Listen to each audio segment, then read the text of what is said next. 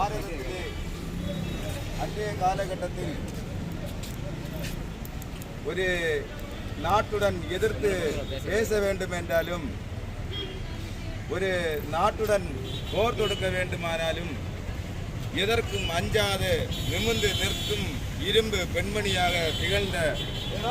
அன்னை இந்திரா காந்தி அம்மையாரின் புகழ் என்றும் ஓங்கு என்று கூறிக்கொண்டு என்னுடைய முடித்துக் கொண்டது குளத்துறை நகர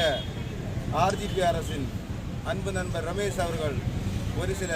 வார்த்தைகளை அவரை பற்றி புகழ்ந்து பேசுவார். தேசிய நண்பர்கள் அனைவருக்கும் மாலை வணக்கத்தை தெரிவித்துக் கொண்டு, இன்றைய தினம் நமது இந்திய திருநாட்டின்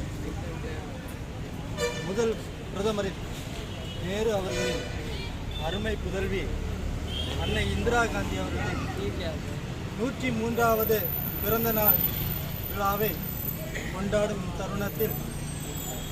இங்கே வந்திருக்கும் அனைவரையும் வரவேற்று, அன்னை இந்திரா காந்தி அவர்கள் இரும்பு பெண்மணி என்று கூறுவார்கள். அவர்கள் செய்யும் செயல்கள், எடுக்கும் திட்டங்கள், இந்திய தேசிய கட்சியான காங்கிரஸ் கட்சியை வளர்த்த விதங்கள் அனைத்துமே அன்னை இந்திரா காந்தி அவர்களின் ஒரு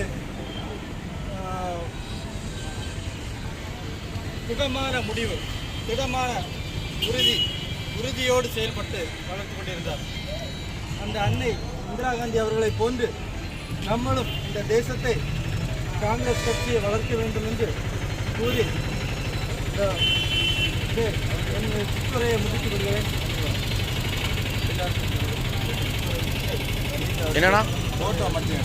ஓகே ஓகே இல்லை ஆனால் ஆமல